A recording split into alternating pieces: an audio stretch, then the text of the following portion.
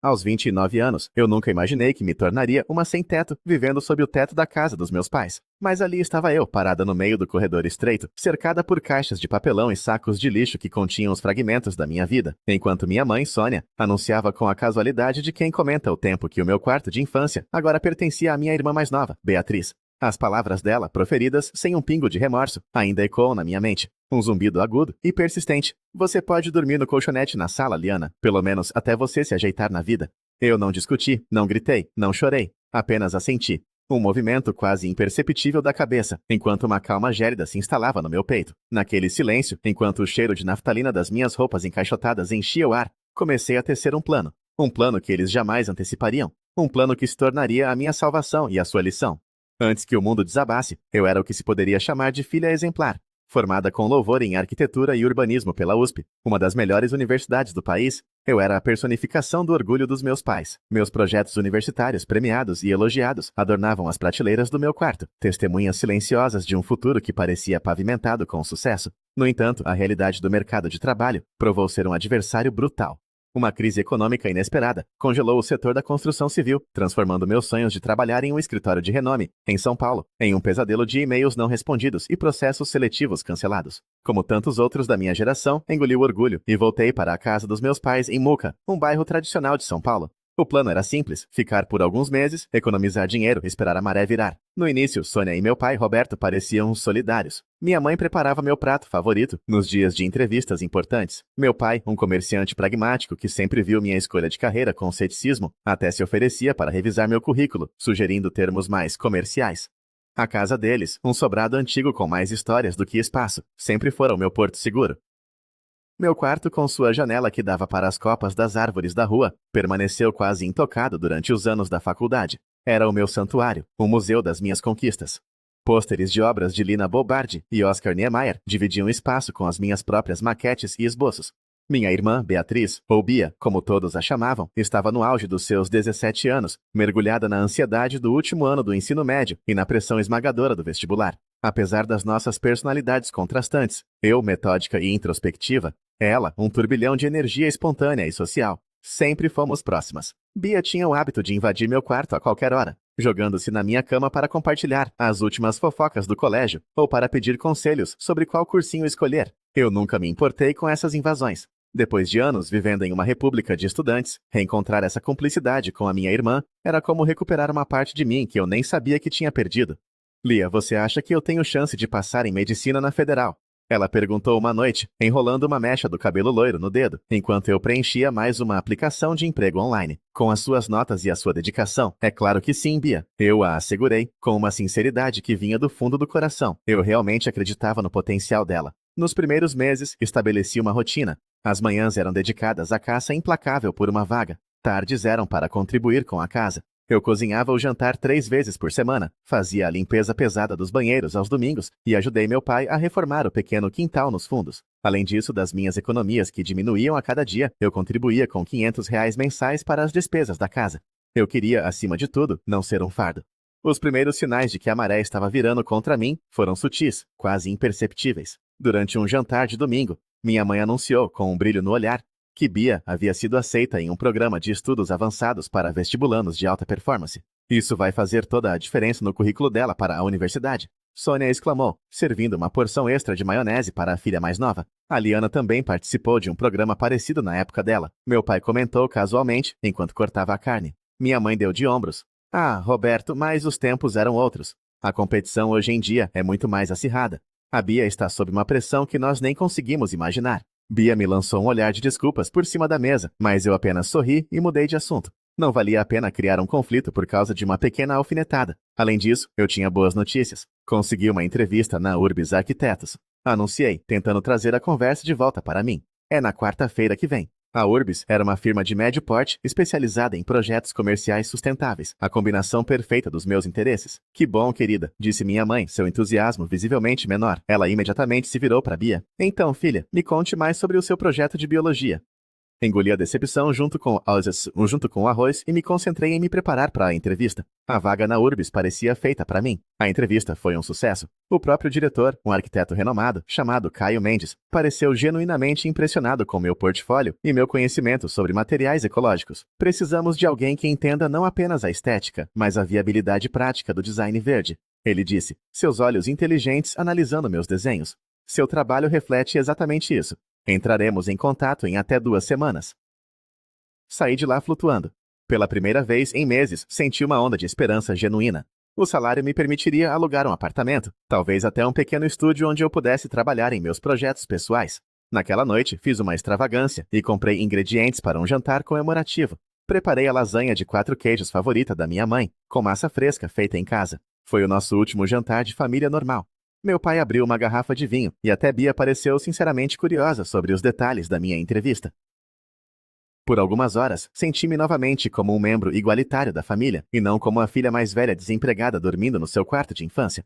Um brinde a Liana. Meu pai ergueu a taça.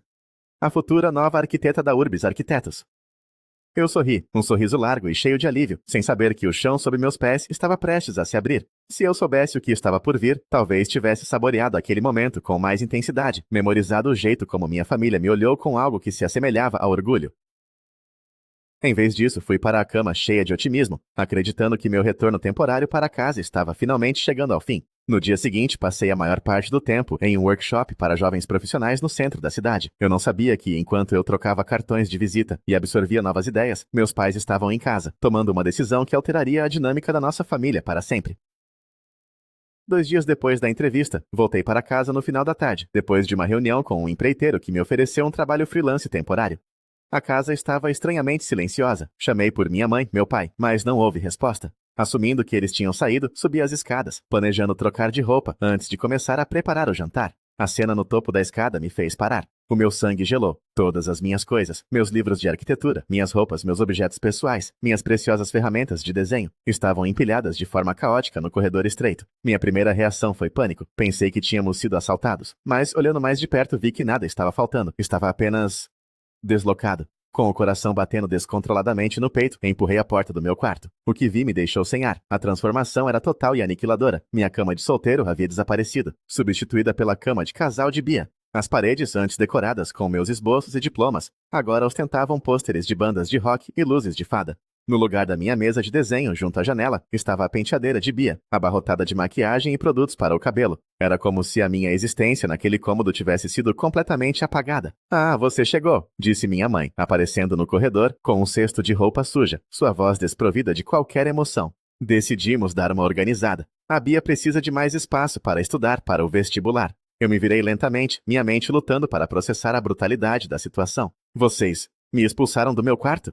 Minha voz saiu como um sussurro rouco. Sem me avisar. Você passou o dia todo fora nessas suas reuniões? Ela respondeu como se isso explicasse tudo. E você quase não para em casa, com essa sua busca por emprego. Onde eu vou dormir? A pergunta soou distante, como se pertencesse a outra pessoa. O colchonete na sala vai servir por enquanto. Meu pai interveio, saindo do quarto do casal. Sua voz era firme e final. Temos aquele saco de dormir velho dos tempos de acampamento. Até você se ajeitar na vida, acrescentou minha mãe. A crueldade casual daquelas palavras me atingiu como um soco no estômago. Até você se ajeitar na vida. Como se meu desemprego fosse uma falha de caráter, uma escolha pessoal, e não o resultado de uma crise econômica que afetava todo o país. Como se eu não passasse todos os dias, incansavelmente, tentando exatamente isso. Me ajeitar na vida. Bia apareceu na porta do quarto que não era mais meu, com um ar de falsa inocência. Eu realmente precisava de um quarto maior para me concentrar, Lia. Ela explicou, dando de ombros. E tipo, você não tem um emprego de verdade, né? Eu contribuo para esta casa, eu disse, minha voz baixa mais firme, lutando para manter a compostura. Eu pago parte das contas. Eu cozinho, eu limpo. E nós apreciamos isso, querida. Minha mãe respondeu no mesmo tom que se usa para acalmar uma criança birrenta. Mas a Bia está em uma fase crucial. As necessidades dela são prioridade agora. Eu fiquei ali, parada no meio dos destroços da minha vida, tentando encontrar as palavras para fazê-los entender a magnitude do que haviam feito. Mas não havia palavras. Em vez disso, uma estranha calma tomou conta de mim, como se eu estivesse assistindo a uma cena de um filme sobre a vida de outra pessoa. Entendi, foi tudo o que eu disse. Não faça um drama por causa disso, Liana, disse meu pai, encerrando o assunto. Família é para apoiar um ao outro, e neste momento é a Bia que precisa de apoio. Você vai se virar no chão por um tempo.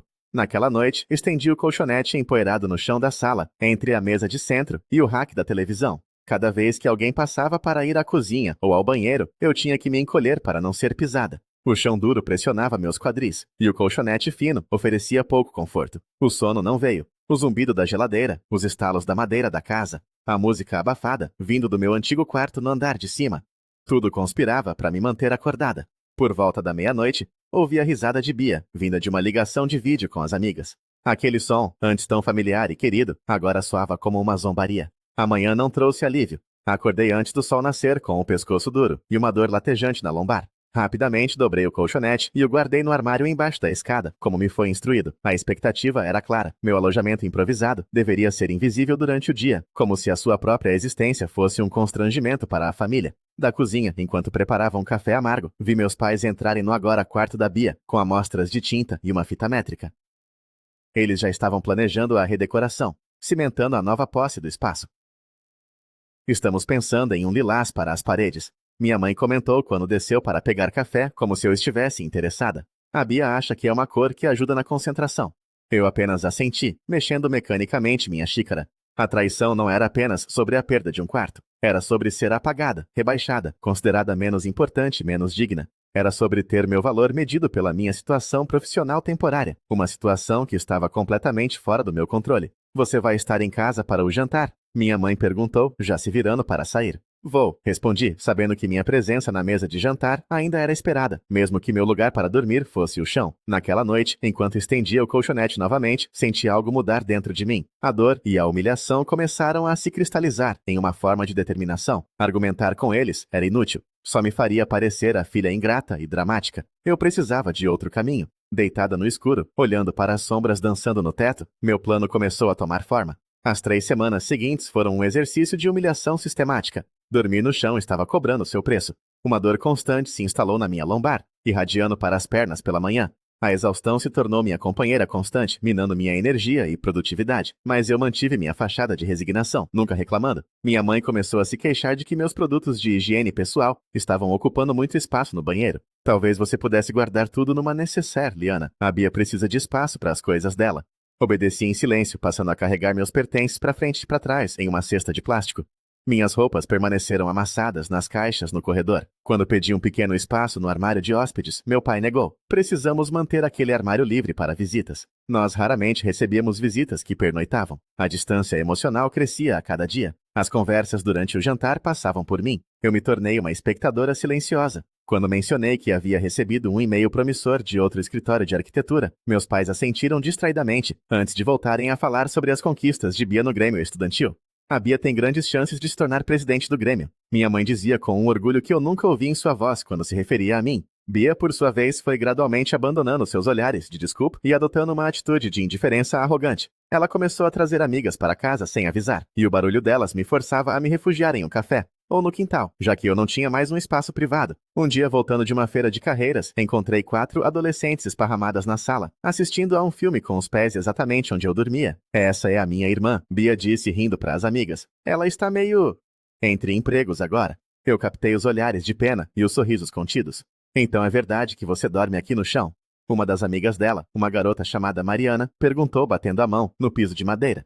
É temporário, respondi com uma dignidade que eu não sentia. É, até ela se ajeitar na vida, Bia repetiu, ecoando as palavras cruéis dos meus pais, como se fosse uma piada interna. Apesar de tudo, as minhas responsabilidades na casa não diminuíram. Eu continuei cozinhando, limpando e pagando minha parte das contas com minhas economias cada vez menores. A desigualdade do arranjo era gritante. O ponto de virada veio em uma terça-feira chuvosa. Enquanto eu preparava o jantar, meu celular vibrou no bolso. Era um e-mail de Caio Mendes, da Urbis Arquitetos. Prezada Liana, temos o prazer de lhe oferecer a posição de arquiteta júnior. O salário inicial é de R$ 8.500 por mês, com pacote completo de benefícios. Por favor, responda a este e-mail para discutirmos a sua data de início. Li o e-mail 3 vezes. Uma onda de euforia pura e avassaladora me percorreu, seguida imediatamente por uma calma e resoluta determinação. Era o meu bilhete de saída, mas não da maneira que minha família esperava. Normalmente, uma notícia como essa seria compartilhada com gritos de alegria. Mas eu guardei o celular no bolso e continuei a picar os legumes. Meu rosto uma máscara de neutralidade. Alguma coisa importante? Minha mãe perguntou, notando minha breve pausa. Só spam. Menti, sem sentir um pingo de culpa. Naquele fim de semana, a humilhação se tornou pública. Minha tia Helena, irmã da minha mãe, veio jantar conosco com meu tio e primos. Eu sempre fui muito próxima da tia Helena. Ela compartilhava da minha paixão por design e arte. E então, Lia, como está sendo voltar para casa? Ela perguntou calorosamente. Antes que eu pudesse responder, minha mãe interveio. Ah, ela está se virando na sala por enquanto. Demos o quarto dela para a Bia, coitada. Precisa tanto de espaço para estudar. O choque no rosto da minha tia foi visível, rapidamente substituído por uma expressão controlada. Entendo. E onde estão as suas coisas? Onde cabem, respondi com um sorriso forçado. Durante o jantar, senti o olhar preocupado da minha tia sobre mim várias vezes. Mais tarde, enquanto eu colocava a louça na máquina, ela se aproximou. Isso não está certo, Liana. Ela disse em voz baixa. Sua mãe e seu pai não deveriam estar fazendo isso com você. Eu dei de ombros, mantendo minha fachada. É só por um tempo. Você é filha deles, não uma hóspede que pode ser jogada no chão. Você precisa de dinheiro para um aluguel? Eu posso te ajudar. A gentileza dela quase quebrou minha armadura, mas eu recusei. Eu vou dar um jeito, tia, mas obrigada. Naquela noite, passando pela porta entreaberta do quarto dos meus pais, ouvi a conversa deles. Estou preocupado com a Liana, dizia meu pai. Ela parece estagnada. Ela precisa se esforçar mais, Roberto, respondeu minha mãe. Na idade dela, nós já tínhamos nossa casa, nossa família. A economia era outra, Sônia. Ele admitiu. Mesmo assim, ela não está se esforçando de verdade. Eu sempre disse que essa carreira de arquitetura era arriscada. Lembra que aconselhamos ela a fazer administração, como o primo dela? Agora ela está aí, uma fracassada. Afastei-me da porta, as palavras deles ecoando na minha cabeça. Uma fracassada. Era assim que eles me viam. Como se meus anos de estudo, meus prêmios, minha dedicação não significassem nada. Deitada no meu colchonete no escuro, senti a dor se transformar em combustível. Eu não ia mais tolerar aquilo, mas eu também não lhes daria a satisfação de uma partida dramática. Meu plano seria silencioso, metódico e inesquecível. Na manhã seguinte, liguei para uma corretora de imóveis. Estou procurando um sobrado para comprar neste bairro, disse eu. De preferência, nesta rua. A sorte estava do meu lado. Havia um sobrado a 2 casas de distância da dos meus pais. Uma construção antiga que estava vazia há meses. O preço já havia sido reduzido 2 vezes. Precisa de uma reforma completa. A corretora, Melissa, me avisou enquanto caminhávamos pelos cômodos empoeirados. A cozinha era dos anos 80, os banheiros, um desastre. Passei a mão por uma parede descascada, vendo não o que era, mas o que poderia ser. A estrutura é boa, observei, e o terreno nos fundos é grande. Sim, maior do que a maioria dos lotes por aqui, Melissa confirmou. Da janela dos fundos, olhei para o quintal abandonado que fazia divisa com o dos meus pais. Um sorriso lento se formou em meus lábios. Estou interessada, muito interessada. No dia seguinte, a citação da oferta de emprego, encontrei-me com um gerente de banco. Com o contrato de trabalho em mãos, um histórico de crédito impecável e uma pequena herança da minha avó materna que meus pais não conheciam, consegui o financiamento. O fato de a casa estar subvalorizada por causa de seu estado tornou-a ainda mais acessível. Enquanto a burocracia da compra se desenrolava, comecei meu novo emprego na Urbis Arquitetos. Eu saía de casa antes que todos acordassem e ficava até tarde no escritório, em parte para evitar voltar para o meu quarto na sala. Fui recebida calorosamente pelos meus novos colegas. Caio Mendes, meu chefe, me designou para um projeto desafiador de um complexo de escritórios sustentável, e eu mergulhei de cabeça no trabalho. Sua atenção aos detalhes é impressionante, Liana. Ele comentou uma semana depois, revisando meus primeiros esboços. Sabíamos que tínhamos contratado a pessoa certa. Pela primeira vez em muito tempo, eu me senti valorizada. O contraste entre a minha vida profissional e a minha vida doméstica era gritante. No trabalho, eu era uma profissional respeitada. Em casa, eu era uma sombra invisível. Conduzia a compra da casa em segredo, usando minhas horas de almoço para reuniões. A escritura foi assinada em uma terça-feira. Eu me tornei proprietária de uma casa, na mesma rua que meus pais, e eles não faziam a menor ideia. Contratei um empreiteiro, Rafael, para iniciar a reforma imediatamente. Prioridade total para o meu quarto, o banheiro principal e a cozinha. Instruí. O resto pode esperar. Preciso que o básico esteja habitável em 6 semanas. E o quintal? Perguntou Rafael. Eu sorri. Para o quintal tenho planos especiais, mas vamos começar pela casa. Todas as noites, depois do trabalho, eu passava na minha nova casa para verificar o progresso. A reforma avançava rapidamente. O sobrado antigo estava sendo transformado em um espaço moderno e minimalista, exatamente como eu havia projetado. Em casa, eu continuava minha rotina de humilhação. Dormia no chão, cozinhava, limpava. Se meus pais notavam minhas ausências ou as manchas de tinta nas minhas roupas, não diziam nada. A atenção deles estava totalmente voltada para a Bia e a redecoração do seu novo quarto. Na 5ª semana, a casa estava quase pronta. Era hora de iniciar a fase final do meu plano. A declaração que eles não poderiam ignorar. Contratei uma empresa especializada em paisagismo e piscinas. Eu quero algo único, disse eu à designer. Uma piscina de raia, com linhas limpas, um deck de madeira e uma pequena cascata. As dimensões? Ela perguntou. 8 por 4 metros, exatamente aqui. Apontei para o local no meu quintal, que era perfeitamente visível da cozinha e da sala de jantar dos meus pais. A construção da piscina começou na semana em que eu planejava me mudar. Na minha última noite no chão da sala, mal consegui dormir. Eu me permiti sentir todo o desconforto, toda a humilhação, uma última vez. Para nunca esquecer o que me levou até ali. Ao amanhecer, enquanto a casa ainda dormia, arrumei minhas coisas em 2 malas e uma mochila, dobrei o colchonete e o saco de dormir e os deixei em cima do sofá. Um presente de despedida indesejado. Na mesa da cozinha, deixei um bilhete. Encontrei meu lugar, não vão mais precisar do chão. Sem mais explicações, sem endereço. Apenas o fato, um eco da crueldade casual deles. Carreguei meu carro no silêncio que precede o amanhecer e dirigi as 2 casas de distância até a minha. Olhei para a fachada, ainda empoeirada do meu novo lar. O verdadeiro espetáculo estava prestes a começar. Meu celular começou a vibrar incessantemente por volta das 8 da manhã. Mensagens da minha mãe, do meu pai, até da Bia. Ignorei todas. Ao meio-dia, as mensagens eram de pânico. Onde você está? O que significa esse bilhete? Você foi embora de vez. Para onde? Quando cheguei em casa, no final da tarde, os carros dos meus pais estavam estacionados na frente. Perfeito.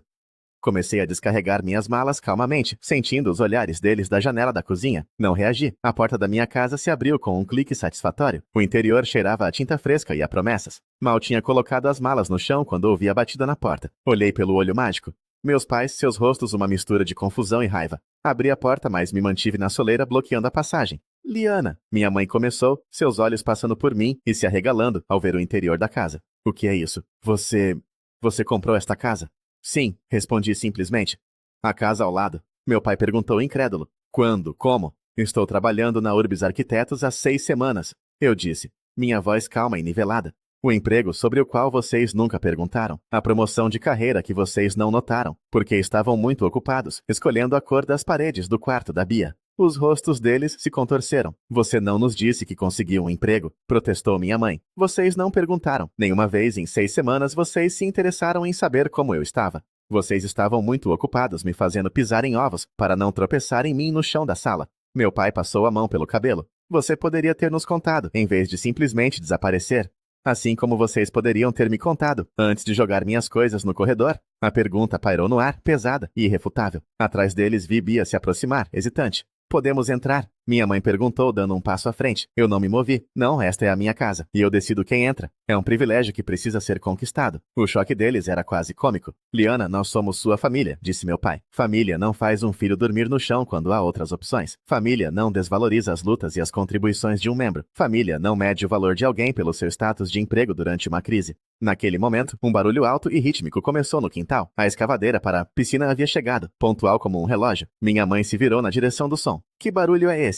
Uma reforma, respondi vagamente. Estou construindo uma piscina. A mandíbula do meu pai caiu. Uma piscina? Mas você acabou de se mudar. Eu sou dona desta casa há 6 semanas. Vocês é que só notaram hoje. O silêncio deles foi a minha resposta. 6 semanas de planejamento, de trabalho duro, bem debaixo do nariz deles. E eles estavam tão imersos em seu próprio mundo que não perceberam nada. Temos um jantar de família hoje à noite, disse minha mãe, tentando recuperar o controle. Venha, podemos conversar. Obrigada, mas tenho caixas para desempacotar. Recusei educadamente. E a obra no quintal para supervisionar. Fechei a porta suavemente, deixando-os na minha varanda. Nas semanas seguintes, a piscina tomou forma. A escavação deu lugar à estrutura de concreto, depois à impermeabilização e ao revestimento. Da janela da cozinha dos meus pais, a obra era um espetáculo diário. Um lembrete constante da minha presença, do meu sucesso, da minha independência. Eles tentaram se aproximar, mas suas tentativas eram superficiais. Minha mãe apareceu com um bolo de fubá, como se eu fosse uma nova vizinha qualquer. Meu pai se ofereceu para ajudar com os reparos, como se minha formação em arquitetura não significasse nada. Eu permaneci educada, mas distante. O conflito atingiu o auge quando a cascata de pedra foi instalada, uma estrutura elegante perfeitamente visível da casa deles. Minha mãe marchou até a minha porta dos fundos. Isso é um exagero, Liana, ela disse, apontando para a piscina. Você está tentando provar alguma coisa? Estou, eu respondi calmamente, olhando-a nos olhos. Estou provando a mim mesma que posso construir a vida que eu quero, nos meus próprios termos. Assim como vocês decidiram que o chão era um lugar apropriado para a sua filha. Você está sendo dramática, foi temporário. Tudo é temporário, mãe. inclusive a paciência e o respeito. Ela recuou como se eu a tivesse esbofeteado. O que isso quer dizer? Significa que estou estabelecendo limites. Esta casa, esta piscina, elas são a minha independência. Elas são o respeito próprio que eu exijo. Toda vez que vocês olharem pela janela, quero que se lembrem da filha que dormiu no seu chão. A filha que foi capaz de construir tudo isso sozinha. A filha cujas conquistas vocês ignoraram. E a filha que nunca mais aceitará menos do que merece. Um brilho de compreensão, seguido por uma onda de pânico, passou pelos olhos dela. A narrativa que eles haviam construído, da filha mais velha fracassada, estava desmoronando diante da evidência inegável do meu sucesso. Nós não sabíamos que você estava sofrendo tanto, ela disse, sua voz finalmente vacilando. Vocês não quiseram saber, corrigi. E essa é toda a diferença. A relação mais inesperada a evoluir foi com Bia. Uma tarde ela apareceu na minha porta, sozinha. Eu fui uma idiota, ela disse sem rodeios. Eu agi de forma horrível, deixei que o papai e a mamãe te tratassem mal, e até piorei as coisas com as minhas amigas. Me desculpa, Lia. Sua sinceridade me desarmou. Por que o pedido de desculpas agora? Estou pensando na faculdade, em morar sozinha. E me dei conta de que um dia eu posso estar em uma situação difícil, e espero que as pessoas me tratem com mais gentileza do que nós tratamos você. Eu sinto sua falta, e me sinto péssima por causa do quarto. Eu deveria ter dito não. Você tinha 17 anos, Bia. Os adultos da casa é que deveriam ter agido melhor. Podemos ser irmãs de novo? Ela perguntou, seus olhos cheios de lágrimas. De verdade.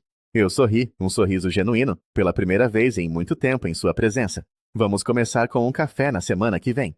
Um ano depois, dei uma festa de inauguração. A casa estava totalmente transformada. Meu jardim florescia e a piscina brilhava sob o sol de verão. Convidei meus colegas de trabalho, meus novos amigos do bairro, minha tia Helena e, depois de muita consideração, Bia. Meus pais não foram convidados. Da janela da minha sala, eu podia ver a casa deles. Um lembrete constante do passado, mas também da distância que eu havia percorrido. Este lugar é incrível, Lia, disse Bia, me ajudando com as bebidas. Eles sabem da festa. A mamãe queria que eu perguntasse se eles podiam vir. E o que você disse? Perguntei, já sabendo a resposta. Eu disse que não, que você pediu e que eu respeito isso. Na festa, Caio Mendes, meu chefe, fez um brinde à minha recente promoção a gerente de projetos. Tia Helena me abraçou, sussurrando o quão orgulhosa estava da minha força. Ao entardecer, parada ao lado da minha piscina, vi meu pai observando do quintal dele. Nossos olhares se cruzaram através da cerca viva. Ele levantou a mão em um aceno hesitante. Eu assenti de volta. Um reconhecimento, não um convite. A reconciliação, eu percebi, só é possível quando a verdade é totalmente reconhecida, e eles ainda não estavam lá. Nossa relação permaneceu a de vizinhos, educada, mas distante. Alguns meses depois, Bia me ligou, gritando de alegria. Ela havia passado em arquitetura na mesma universidade que eu, com bolsa integral. A mamãe disse que é muito competitivo, que eu deveria ter tentado a administração. Ela confidenciou. Olhei para o reflexo da água da minha piscina, dançando no teto do meu quarto. Bia, a única pessoa que decide do que você é capaz é você. Não a mamãe, não o papai, e nem eu, só você. Como você decidiu que era capaz de tudo isso? Ela perguntou, sua voz cheia de admiração. Eu não decidi que era capaz de tudo, respondi. Eu decidi que não era capaz de dormir no chão. O resto foi só consequência. A dor que eles me causaram foi real, mas foi também o catalisador que me forçou a construir uma vida inteiramente nos meus próprios termos. A verdadeira fundação não era a do sobrado reformado ou da piscina reluzente, mas a que eu construí dentro de mim. Uma fundação de alto valor, dignidade inegociável e a compreensão de que, às vezes, as fronteiras mais fortes são as que construímos mais perto de casa.